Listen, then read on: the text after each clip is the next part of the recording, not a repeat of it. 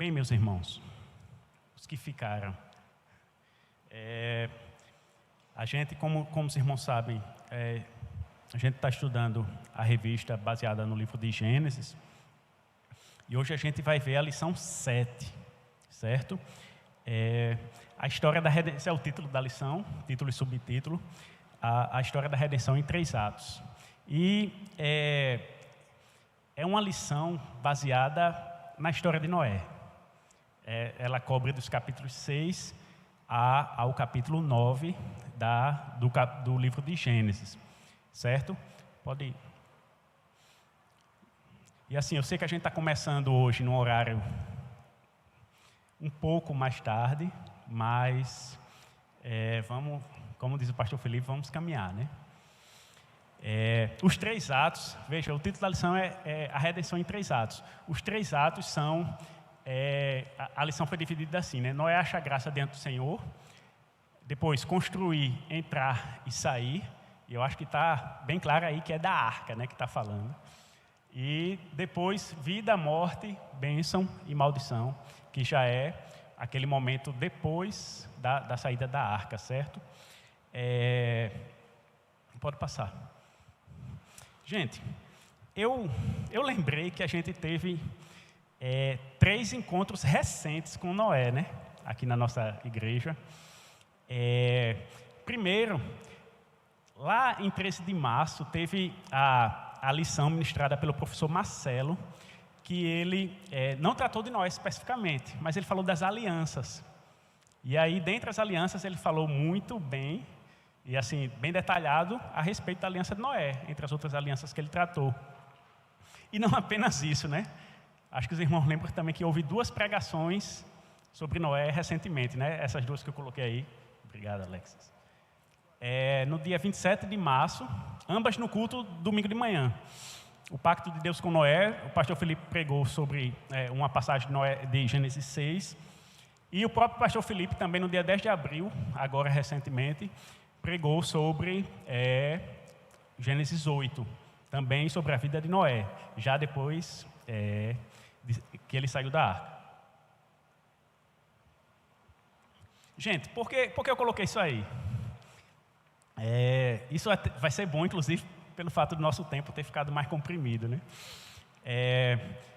A gente viu bastante, recentemente, sobre a narrativa da história de Noé. Creio que todos vocês conhecem, tá certo? Então, assim, eu optei para a gente seguir um fluxo um pouco diferente do que a gente vai ver aqui. Ou seja, eu vou partir do pressuposto que todo mundo assistiu a aula do Marcelo e ouviu atentamente as 2 pregações do pastor Felipe, certo? E a gente vai, portanto, se concentrar em 2 perspectivas que não foram abordadas nesses outros momentos, né? A posição de Noé e do dilúvio, da história do dilúvio, no enredo da salvação, ou seja, como isso entra no fluxo da história maior, certo? Embora a aula do Marcelo tratou disso, mas também, principalmente, a gente vai ver uma coisa que eu acho muito interessante e que às vezes a gente passa batido na leitura bíblica, as mensagens que a Bíblia nos passa, além daquela mensagem direta, daquele conteúdo que você está lendo. Mas assim, a Bíblia muitas vezes estrutura, e Moisés era bem fera, bem bom nisso, capacitado pelo Espírito Santo, como a própria estrutura literária daquela história passa alguma mensagem. Ou seja, a forma como o autor daquele livro, ele colocou as palavras, ele estruturou seu texto. Isso fala muito a respeito da mensagem maior que aquele livro, aquela história quer passar, certo? Então vamos lá, pode deixar aí nisso. Como a gente vê Noé nesse fluxo, certo? Vejam que Gênesis começa tratando do começo, do início. E aí o Gênesis dá início ao processo de identificação da semente que governará a terra, isso lá em Gênesis 1, e esmagará a serpente. Aquela promessa do descendente da mulher, lá em Gênesis 3, após a queda. O livro 2, esses livros aí são as divisões de Gênesis, tá? O livro 2, que vai do 5 ao 6, trata essa linhagem de Adão a Noé. Enquanto que o livro 5, que é a parte imediatamente anterior à nossa, a traça de Sem a Abraão. Ou seja, primeiro há uma lista genealógica e uma história de Adão, mais especificamente de seu filho Sete, que vai até Noé. E depois há uma outra linha de Noé até Abraão. A gente está aqui no meio, tá certo? O livro 2 conclui com um endurecimento progressivo. O livro 2, gente, é esse que vai até o capítulo 6. Ou seja, a gente pega a partir dessa parte. Conclui com um endurecimento progressivo e rápido do pecado e a incapacidade da semente santa da mulher de por si mesmo revertê-lo. O pecado, assim como a serpente, é forte demais para eles. Fazem-se necessários tanto o juízo divino quanto o livramento. Gente, esse é o espírito do início do capítulo 6. Né? E se vocês quiserem abrir a Bíblia aí, só para ir acompanhando, a gente não vai... eu vou evitar aqui a leitura de alguns textos, só por causa do tempo mesmo. Mas o capítulo 6 de Gênesis, vocês podem ver, começa justamente falando de um problema sério que houve entre os filhos dos homens, os filhos de Deus e as filhas dos homens, né? Casamentos mistos. E aí, no versículo 5, diz assim: viu o Senhor que a maldade do homem se havia multiplicado na terra, e que era continuamente mal todo o desígnio do seu coração. Então se arrependeu o Senhor de ter feito o homem na terra, e isso lhe pesou no coração. Disse o Senhor: farei desaparecer da face da terra o homem que criei, o homem e o animal, os répteis e as aves do céu, porque me arrependo de os haver feito. Porém, Noé achou graça diante do Senhor. Aí começa a nossa parte. Percebem? Se você for olhar lá desde o capítulo 3, gente, é uma espiral crescente de pecado e de miséria, assim, se espalhando rapidamente. Desde o primeiro assassinato, aí vem Lameque, vem toda a descendência, inclusive de Nimrod, né, que fala, que é o fundador daquilo que viria a ser a futura Babilônia. E chega nesse ponto aqui, Deus diz: ó, chega, basta. Só que tem um porém, tem um mas, um contudo. E é interessante que o livro de Efésios, ele traz um mais desse, né? No capítulo 2, Paulo vem dizendo, né? Estavam mortos em vossos delitos e pecados, eram por natureza filhos da ira, tal. Aí de repente ele fala: mas Deus, sendo rico em misericórdia, e ele muda para falar da salvação. E aqui, vejam, vem essa narrativa, digamos, descendente, só que ele diz: porém, Noé achou graça diante do Senhor. Mas como eu disse, vocês conhecem a história, né? Conhecem o que aconteceu aqui. Na sequência, Deus manda Noé construir a arca. A gente não vai digamos, pular essa parte da narrativa. Pode passar aí. Gente, provavelmente não vai dar para ler. Mas isso aí é um fluxograma com as genealogias que tem em Gênesis, certo? E aí, se você contar ali, ó, de Adão até chegar em Noé, que beleza.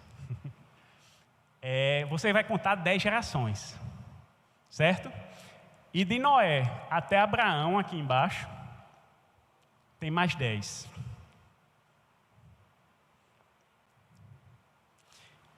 Veja que já é uma mensagem sendo passada. A gente viu, quando estudou as alianças, a gente viu o pacto de Deus com Adão. A gente já abordou também, e também o pastor Felipe pregou recentemente, sobre o pacto de Deus com Abraão. E a gente está aqui no pacto de Deus com Noé. Bem no meio, certo? Pode passar. Noé, que surge exatamente a meio caminho nas genealogias entre Adão e Abraão, é um pivô em Gênesis 1 a 11. Gênesis 1 a 11 vai da criação até a Torre de Babel. Gênesis 12 já é o chamado de Abraão, certo? Enquanto o narrador corre por meio dos milênios, entre Adão e Noé, e entre Noé e Abraão, ele desacelera. Veja, ele trata uma genealogia, não desce em detalhes sobre a vida daquelas pessoas.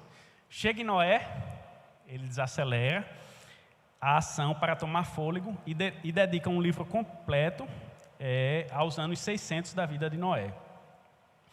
Nesse ano, por meio de um dilúvio cataclísmico, Deus varre totalmente a semente da serpente, a qual se tornara completamente corrompida. Pode passar. Por meio de uma arca, isso aqui é a história, tá, gente? Por isso que eu estou só lendo aqui, para a gente passar adiante. Por meio de uma arca divinamente especificada, Deus poupa a semente justa da mulher, a saber, Noé e sua família, e com eles, sua criação em miniatura. Aqueles animais que Deus mandou os exemplares, né, dos casais para justamente darem continuidade. Noé e sua família, tendo sobrevivido ao dilúvio punitivo e purgativo, saem da arca para uma terra renovada, que durará até o fim do tempo como a conhecemos. Não obstante, tragicamente, Noé e sua família, uma vez mais, dão à luz a semente da serpente, ainda que também se perpetue como a semente da mulher. Gente, olha como as coisas ficam embaralhadas aqui. Deus, lá em Gênesis 3, Deus disse: porém, inimizade entre ti e a mulher, entre a tua descendência e o descendente dela, o seu descendente. E aí a gente vê o princípio da eleição operando, né? Digamos, a semente da serpente foi personificada na vida de Caim e seus descendentes. E a semente da mulher, a semente da qual viria o Messias, uma vez que Abel foi assassinado, ela teve seguimento na linhagem de Sete, o outro dos filhos de Adão e Eva. E aí a gente pensa que é assim, né? Então quer dizer que os descendentes dessa aqui está tudo certinho, e os dessa aqui está tudo errado. Uma coisa mais complicada. Deus chega no dilúvio e diz: eu vou resolver. Eu vou salvar uma família da semente da mulher. E vou acabar com a semente da serpente.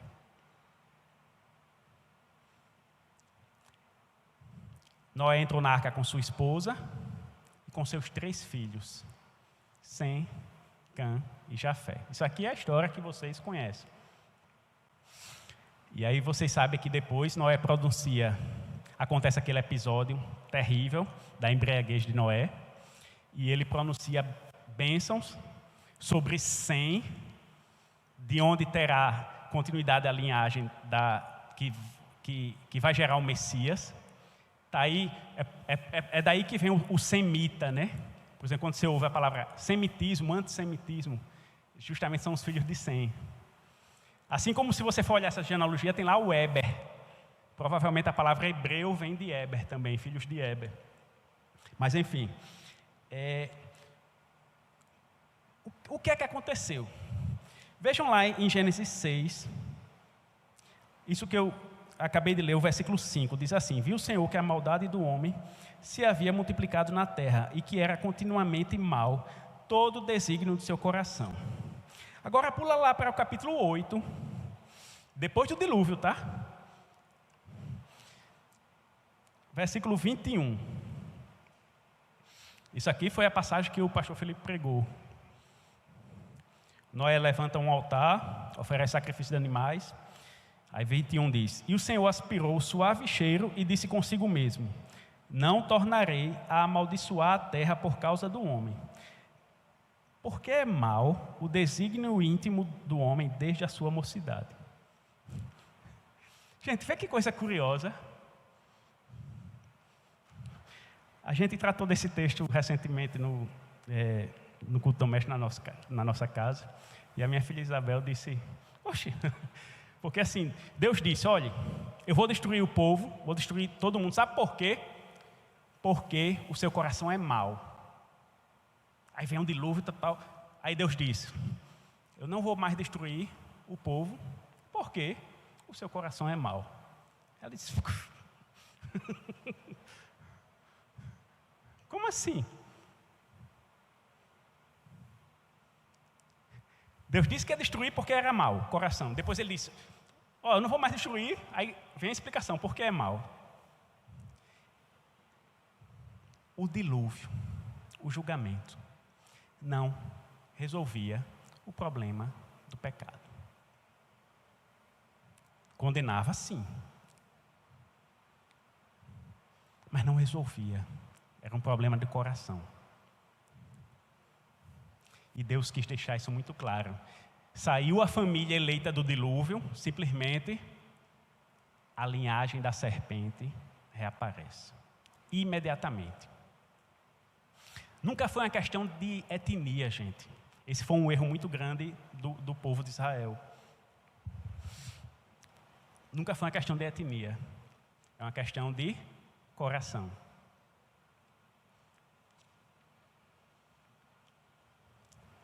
Mas vamos lá.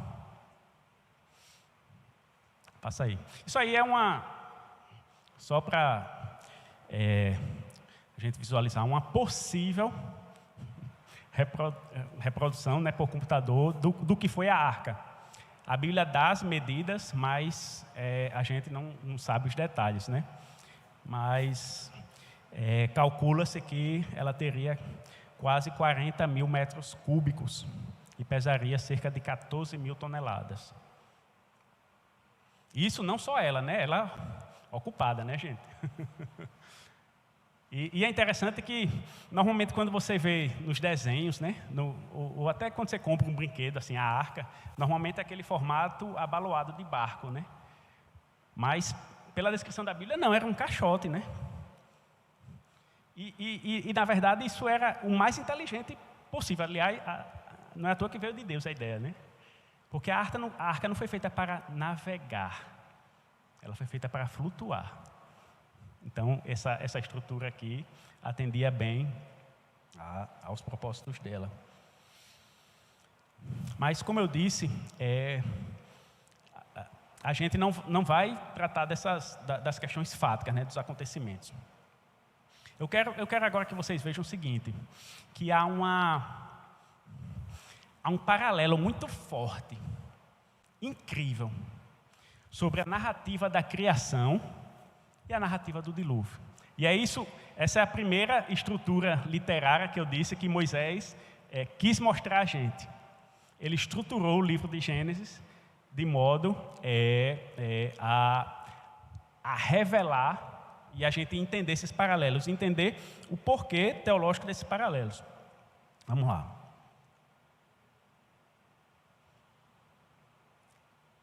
É possível reconhecer as conexões entre a narrativa da criação, lá em Gênesis 1 e 2, e a narrativa do dilúvio, estabelecendo desse modo um padrão de 3 partes. Que padrão é esse, gente?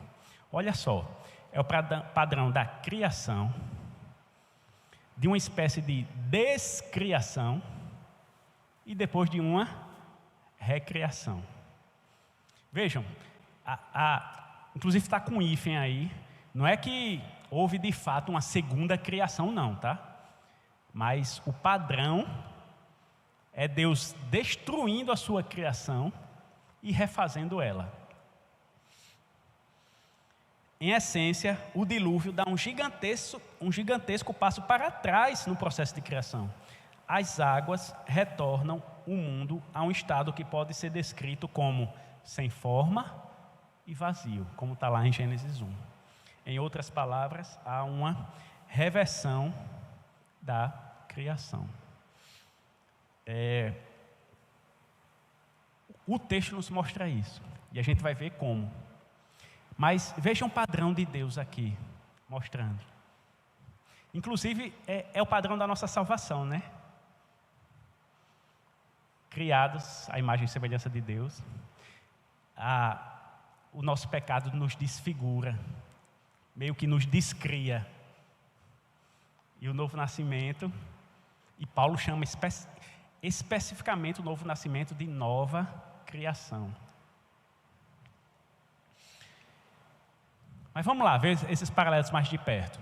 Gente, se eu estiver indo muito rápido, alguém pode dizer, calma aí, Felipe, certo? Primeiro, para alguns paralelos bem claros entre Adão e Noé. Vejam só, ambos, aqui não é nem entre Adão e Noé especificamente, mas ambos os mundos, ou seja, o mundo pós-dilúvio e a primeira criação, ambos os mundos são criados a partir de um caos aquático. Percebem o paralelo?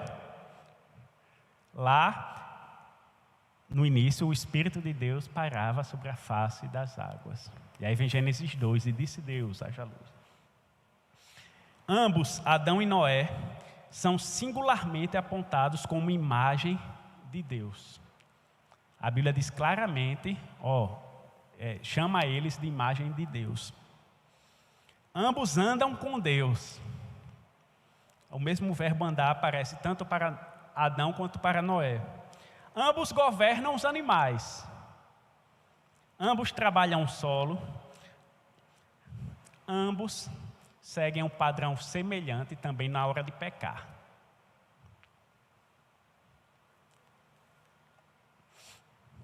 Por meio de comida e bebida. Adão pecou comendo. Noé pecou bebendo. E veja, não quer comida, bebida, por favor, né? E mais, a bebida vinha de um fruto. O fruto reaparece aqui como digamos, sendo pivô da tentação. Certo? Lá, como disse o professor Eurico, a gente não sabe se era maçã, né? Provavelmente não era. E aqui foi o fruto da videira, o vinho que ele fez e se embriagou. Ambos, olha só, Adão e Noé, como resultado do seu pecado, eles descobrem que estão nus. Claro que na hora Noé estava bêbado, né? Mas ambos ficam nus. E mais, ambos são vestidos pela ação de outro. Lembram que o relato da Bíblia diz que quando Noé se embriagou, o seu filho Cã, e se você tem dificuldade de identificar os filhos, lembre que Canaã são os filhos de Cã, assim como os semitas são os filhos de Sem, a descendência de Sem. Cã vê a nudez de seu pai. E aqui tem uma questão de tradução, viu, gente, que não fica muito clara. Diz, viu a nudez de seu pai e foi contar aos irmãos. Mas esse verbo ver que é utilizado aí, é um verbo que dá a ideia de se demorar. Tem algo mais. Não sei se vocês percebem. É o ver apreciando. E aí depois ele sai, vai contar aos seus irmãos. Os seus irmãos pegam uma capa, vocês sabem, entram de costas e cobrem a nudez de seu pai. Assim como Deus cobriu a nudez de Adão e Eva lá no episódio da criação. Então vejam, gente, às vezes a gente fala assim, né? Se você não pensou isso alguma vez na sua vida, você já deve ter ouvido alguém falar assim: se fosse eu lá no Jardim do Éden, eu não tinha caído naquela não. Diga a verdade. A gente pensa assim, rapaz, Deus foi escolher logo Adão, que representante, né? Mas veja o que a estrutura literária do texto está dizendo aqui. Estão vendo? O homem caiu de novo, diante de um fruto de novo. Ficou nu de novo. O problema do pecado, o problema de vocês com a serpente é muito maior do que as forças de vocês. Mas vamos lá. Passa aí, por favor. Outros paralelos. Gente, a gente não vai ficar lendo as as referências aqui, mas elas estão todas aí. Se os irmãos quiserem depois olhar, eu não sei se está tendo transmissão, mas depois pode pegar esses slides e verem lá, tá? Mas tem paralelos, inclusive, passo a passo, entre a criação e a descrição da história do dilúvio. Eu peguei aqui as palavras que aparecem. Lá na história, sempre cada item desse, por exemplo, pré-criação, vocês estão vendo várias palavras, aí estão vendo a referência, depois uma barra. As palavras que estão antes dessa barra são as palavras que estão lá em Gênesis 1 e 2. As que estão depois são as que estão aqui no relato do dilúvio, para vocês verem. Por exemplo, lá aparece, né, no início, as palavras terra, abismo, espírito, águas. Tudo isso no versículo 2 de Gênesis 1. E aqui em Gênesis 8, 1 e 2, lembrou-se Deus de Noé de todos os animais selváticos e de todos os animais domésticos que com ele estavam na arca. Deus fez soprar um vento sobre a terra e baixaram as águas. Fecharam-se as fontes do abismo e também as comportas do céu.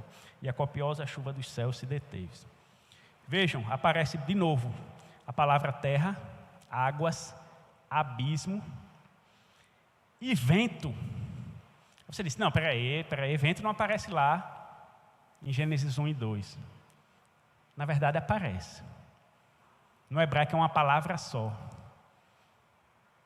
A palavra ruá. Ora traduzida como vento, ora traduzida como espírito, dependendo do contexto. Veja que são as mesmas palavras. É por isso que Jesus, naquele diálogo com Nicodemo, gente, tem um jogo de palavras ali incrível. O vento sopra onde quer, né? Ninguém sabe de onde ele vem, para onde vai. Mas se você não nasce da água do Espírito, Jesus está justamente usando esse jogo de palavras que existia. Segundo dia da criação. Aí você disse, cadê o primeiro? Veja que pulou-se aí o primeiro e o quarto dia. O primeiro dia foi o da criação da luz. E o quarto dia dos luminares. Veja que após o dilúvio não houve necessidade de recriar a luz dos luminares. O dilúvio não afetou isso. Mas todos os outros dias da criação têm paralelos. Segundo dia, águas e firmamento, aparece a mesma palavra lá. Aí terceiro dia, água, terra seca aparecer. E aí quando o dilúvio está diminuindo, fala da água do topo dos montes aparecer. Quinto dia, aves acima do solo, povo. Sexto dia, pode passar para o próximo, por favor. Sexto dia, também as mesmas palavras. Veja, na mesma sequência. Eu estou passando bem rápido, mas eu realmente sugiro que vocês olhem, para vocês verem assim. Olha o que Moisés está fazendo aqui. Ele está recontando. Ele está recontando a história da criação. Ele está querendo mostrar para a gente que a criação houve uma reversão e que Deus está refazendo. Também a respeito do homem e mulher, certo? Lá fala do homem, imagem de Deus, macho e fêmea. E aqui na narrativa, tem Noé, sua esposa, fala do homem, imagem de Deus. E as bênçãos são idênticas. Aqui é aquele, se você não percebeu, se a gente não percebe até agora, quando chega aqui em Gênesis 9, 1 e 2, a gente percebe, né, que é a mesma coisa que Deus disse lá para Adão e Eva. Deus os abençoou, ordem de serem frutíferos, aumentar em número, encher a terra, governar. Certo? E aí, passa aí, por favor. De novo, se puder dar aquela... Gente, tem gente que acha isso aqui, nem liga, mas eu sinceramente eu acho incrível, incrível.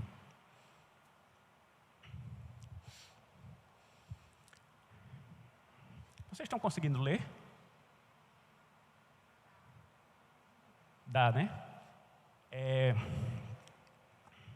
Olha só.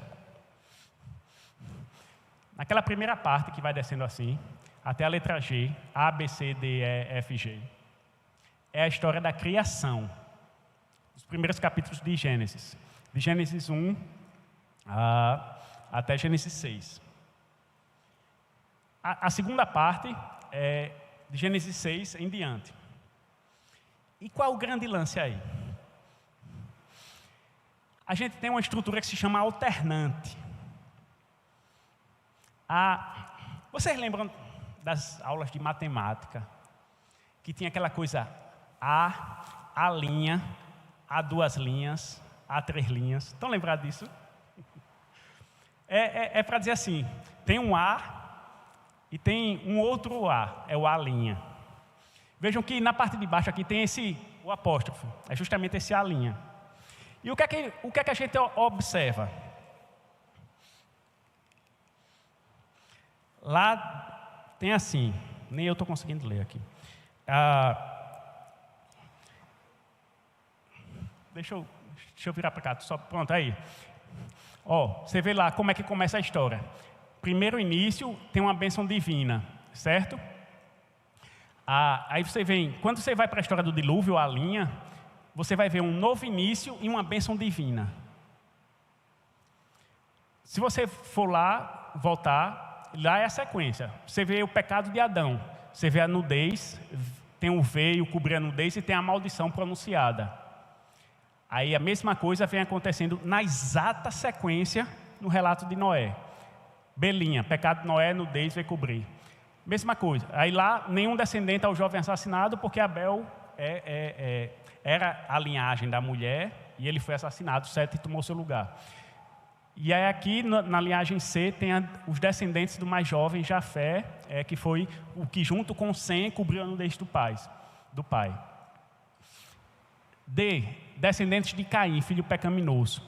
Aí, em D linha você tem descendentes de Cã. Gente, é um paralelo exato.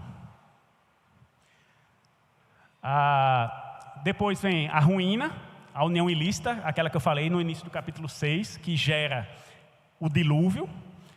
E tem aqui também a ruína, que é pela Torre de Babel. E aí lá tem uma breve introdução a Noé e aqui uma breve introdução a Abraão.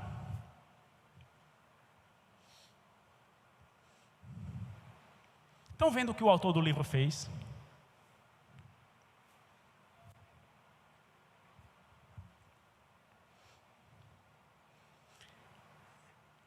Tem mais.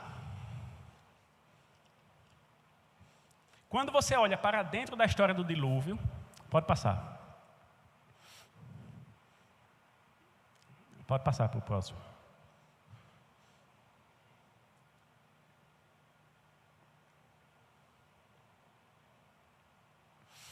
A gente tem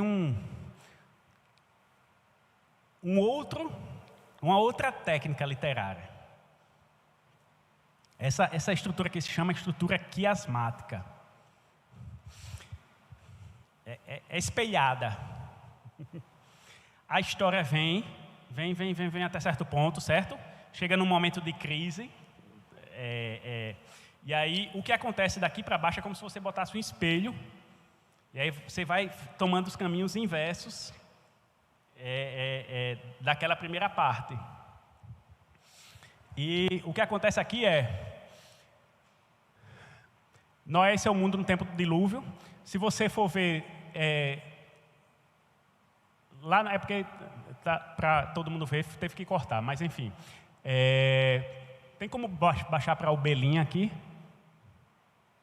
Isso, mais um pouco.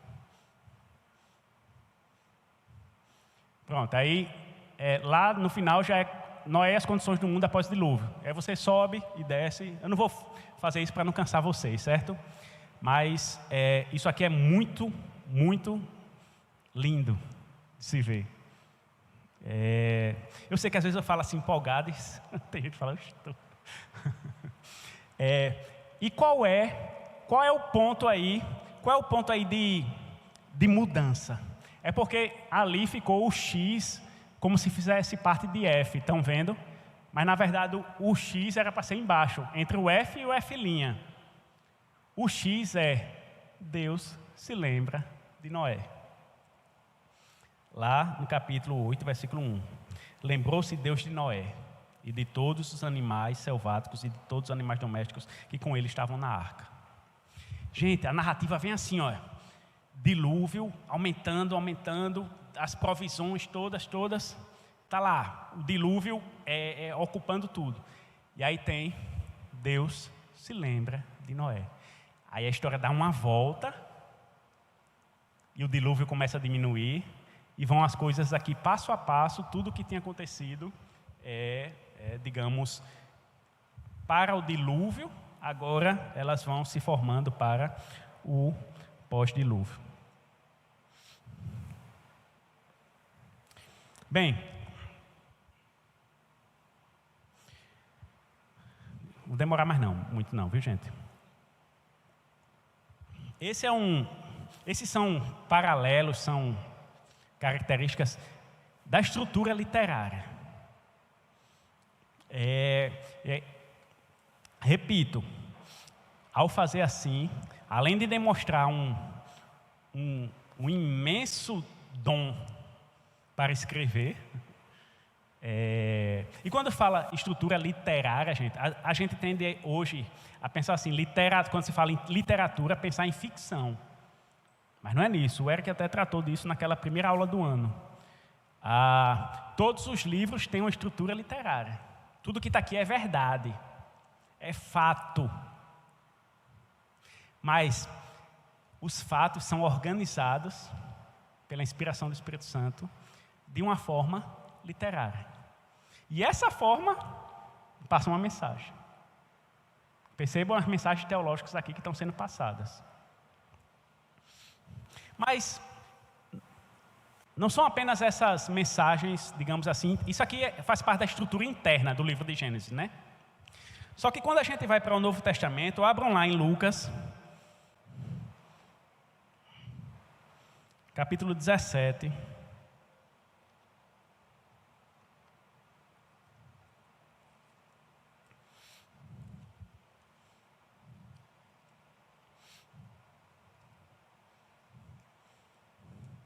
Versículos 26 a 30.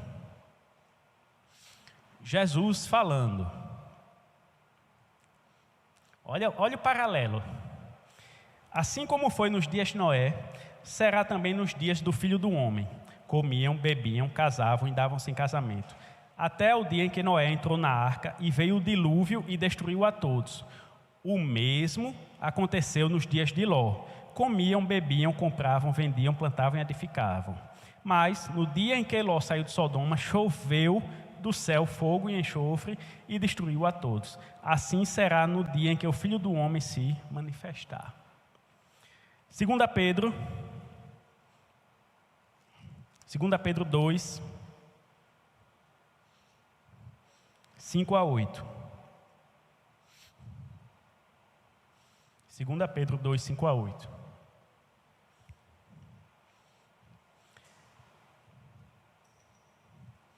E não poupou o mundo antigo, mas preservou a Noé, pregador da justiça, e mais 7 pessoas, quando fez vir o dilúvio sobre o mundo de ímpios. E, reduzindo as cinzas as cidades de Sodoma e Gomorra, ordenou-os a ruína completa, tendo-as posto como exemplo a quantos venham a viver impiamente. E livrou o justo Ló, afligido pelo procedimento libertino daqueles insubordinados. E aí continua. Viram o que Jesus fez? E viram o que Pedro, seguindo os passos do seu mestre, fez? Eles dizem, lembram de Noé? Lembram de Ló? Já, olha o paralelo aqui. A história de Noé tem um paralelo com a história de Ló. E mais, olhem para essas histórias. O pastor Célio pregou, foi domingo passado, não foi? Lembrar da mulher de Ló. Olhem para essas histórias e vejam o que vai acontecer. É por isso que a gente está estudando isso aqui hoje. Não é só história. Passa aí, por favor. Os paralelos entre Noé e Ló. E Jesus e Pedro mandam a gente olhar bem para essas histórias, gente. Olhar bem para essas histórias. Vejam que nos dois casos, o juízo de Deus se deve, em grande parte, à impropriedade sexual, a atos de imoralidade sexual. A gente vê isso em Gênesis 6 e também no relato de Sodoma e Gomorra, certo? Em ambos os casos, Deus se lembra dos eleitos Noé e Ló. Em ambos os casos, advertências divinas precedem o juízo. Deus não chega assim com o juízo sem aviso. Gente, a igreja está testemunhando neste mundo. E isso vai ser colocado na conta daqueles que rejeitaram o testemunho da igreja. A gente está pregando, está falando que existe Deus, que existe salvação, que existe juízo, que existe inferno. Pelo menos as igrejas que ainda pregam isso. Algumas abandonaram. Deus, em ambos os casos, Deus leva os eleitos a um lugar seguro, um lugar de segurança, e fecha a porta. Gente, que paralelo belo. Estão lembrados lá de Ló, que o anjo empurra praticamente ele para dentro da casa e fecha a porta? E aqui Deus manda Noé entrar e Deus mesmo fecha a porta. Nos dois casos, o Senhor manda chuvas de juízo. Veja que Pedro falou das chuvas de enxofre. E os ímpios são destruídos. Tanto Noé como Nó acham graça aos olhos de Deus. Nos dois casos, só uma família escapa. Só uma família. Vejam porque tem gente que às vezes acha cansativo, né? Porque presbiteriano fica falando de aliança, aliança, aliança. É a Bíblia. Mas nos dois casos, olha o problema do pecado recorrente. Nos dois casos, o sobrevivente eleito se embriaga e sua embriaguez resulta em pecado familiar. Estão lembrados do que aconteceu com Ló, não estão? Eles foram para uma caverna, ele com suas duas filhas, e as filhas embriagam ele, uma de cada vez, para terem relações com ele e gerar descendência. E a gente já falou do pecado de Noé.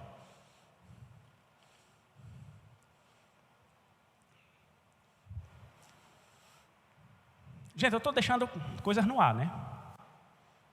Para vocês depois irem. O que Jesus e Pedro fizeram foi: olhem para essas histórias e reflitam. E pensem. Vejam os paralelos. Jesus disse claramente: olhe, assim como foi nos dias de Noé, nos dias de Ló, assim vai ser no meu dia. Às vezes a gente tem a impressão, e acho que toda geração passa por isso, de que a gente vive no momento mais ímpio de toda a história. E acho que não está errado a gente pensar nisso, não. Escatologicamente tem até sentido de as coisas irem piorando. Mas, vejam, nós não somos a primeira, talvez seremos a última, se Jesus voltar. Mas nós não somos a primeira geração de cristãos a vivermos num mundo que odeia a Deus e que com violência atacam os crentes. Noé viveu, Ló viveu. Veja as mensagens que estão sendo passadas. Para concluir, pode passar aí, é o último.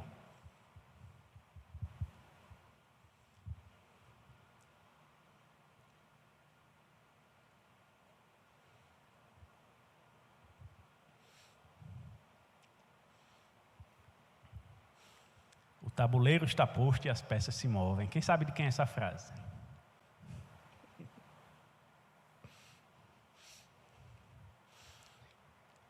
Para quem gosta de Tolkien, isso aqui foi dito por Gandalf, o mago, em Minas Tirith, antes do cerco de Gondor. Ele olhando para as movimentações dos exércitos de Sauron, as coligações, ele só, é hora da guerra. O tabuleiro está montado e as peças estão se movendo. Aí você diz, o que é que isso tem a ver? Esse mapa, que também eu acho que não vai dar para ver bem, ele tem ali a ocupação dos descendentes de Noé. Em azul, dos descendentes de Sem. Atenção, em azul estão os descendentes de Sem. Em vermelho, lá em cima, as dos descendentes de Jafé. Em verde, as dos descendentes de Cã. E aí, olha só, aquele pedacinho lá pequenininho que está um quadrado, ele foi aumentado aqui embaixo para vocês verem. Ali está escrito Cananitas. E todos os povos que ocupavam aquela região.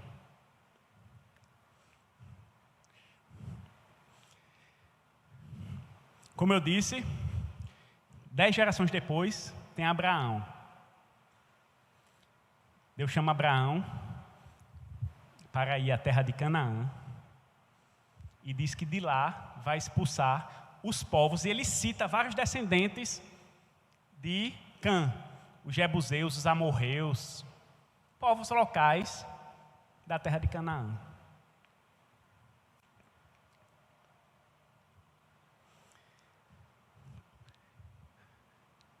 Com o fim da história de Noé, o tabuleiro está posto para o avanço do processo de salvação, para os próximos passos.